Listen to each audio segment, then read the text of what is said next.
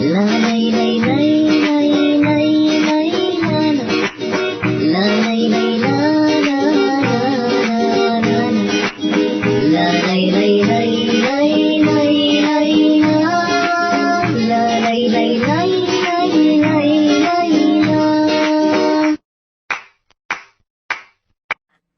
عليكم ورحمة الله وبركاته، والصلاة والسلام على خير الأنام سيدنا محمد عليه أفضل الصلاة والسلام.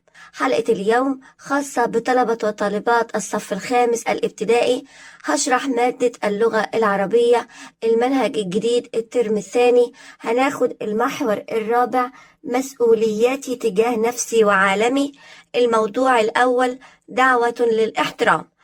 قبل ما نبدأ الشرح ياريت ما تنساش دعم القناة باللايك وكمان الاشتراك في القناة من خلال العلامة الحمراء أسفل الفيديو وتفعيل زر الجرس على الكل علشان توصل لكم كل الأخبار والإشعارات الجديدة. صلوا صلوا صلوا على رسول الله، صلوا صلوا صلوا على رسول الله. قصة الاستماع. احترام الكبير يعني الكثير.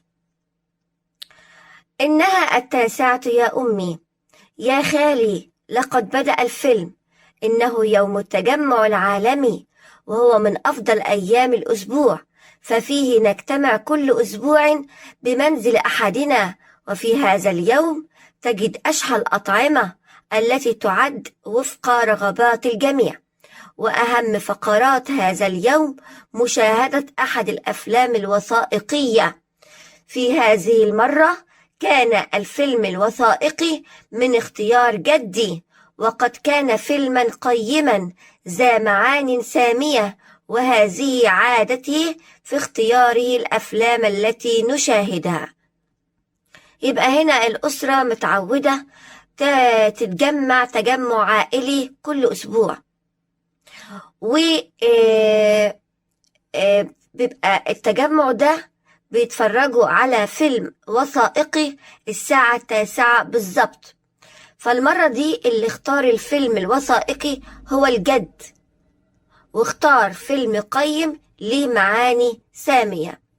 تعالوا نشوف مع بعض كده. فقد كان يعرض شكل حياة بعض الأسر في ظل الحرب العالمية.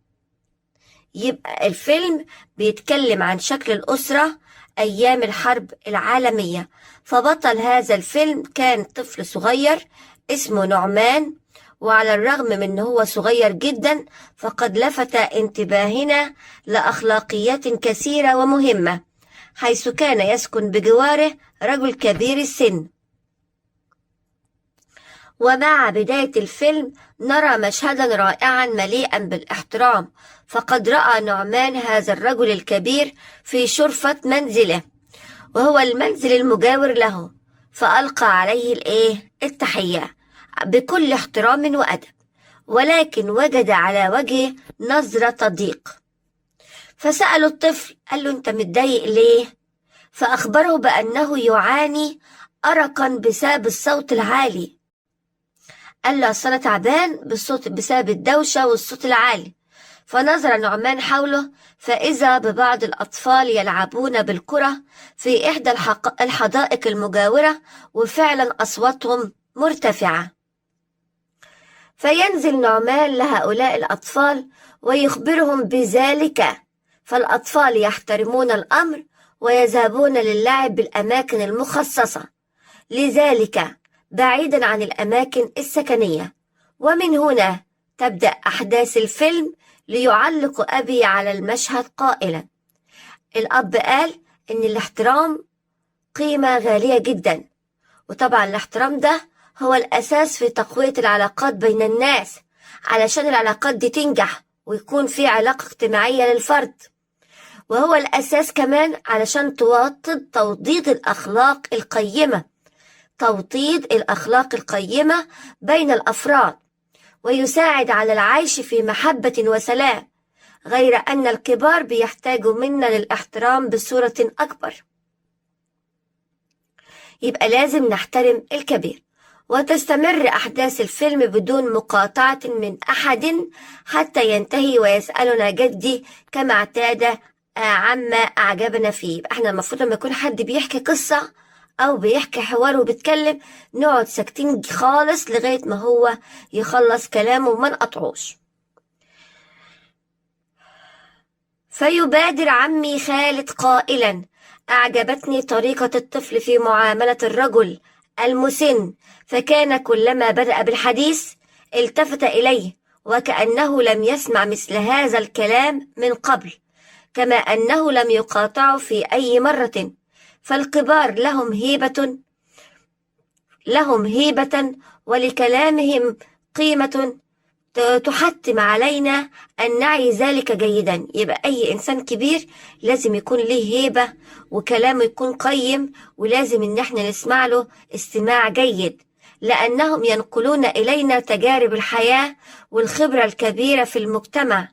وهناك تصرف أغرمت به، يعني أنا في تصرف حصل أنا مبسوط منه جدا وعشقته. فقد كان نعمان كلما دخل عليه من هو أكبر منه سنا كان يقف ويرحب به احتراما له. يبقى لما يدخل علينا حد كبير في السن لازم نقف احتراما له، ويحرص على عدم التقدم أمامه في أثناء المشي، يعني ما ينفعش نسبق عليه. أما خالي سامي علق قائلا: أعجبني أنه كلما كان هناك تجمع كان ينتظر أولا حتى يجلس من هم أكبر منه سنا. شفتوا بقى الحتة دي؟ يعني أنت لما يكون في مكان متجمع فيه الناس ما تقعدش لما اللي يقعد الكبير الأول، وإن دخلوا عليه كان يتنازل عن مكانه لمن هو أكبر منه تقديرا واحتراما. فالأم كمان علقت وقالت أن المشهد اللي عجبني في بداية الفيلم وهو كيف بادر الصغير بإلقاء السلام على الكبير. لازم الصغير هو اللي يسلم على الكبير بكل أدب ووقار، وذلك من باب احترام الكبير وتقديره. كما أنه في كل مرة كان بيتحدث معه كان يحسن الخطاب، فيجب مناداة كبير السن بألطف خطاب وأعذب كلام، ولا بد من استخدام العبارات اللي بتدل على قدره ومكانته في المجتمع، كأن تتم مناداته بكلمة العم. أما أنا هادي فقد أعجبني كثيرا حين أخذ الطفل أصدقائه ليسأل عن جارهم. شوف، أخذ أصحابه يروح يسأل عن الجار لأنه لم يره لمدة يومين متتاليين، وأنه كان يساعده بأن يشتري له متطلبات المنزل ويضعها له أمام الباب. علق جدي ناهيا الحوار قائلا: يا أبنائي، كل كبير كان من قبل صغير، فيجب عليكم تقدير الكبير وإكرامه، وما رأيتموه هذا ليس سوى جزءا مما تربينا عليه، فأخلاقنا السامية هي التي عرفنا بها بين الشعوب، وليكن شعاركم أن تستعيدوا تلك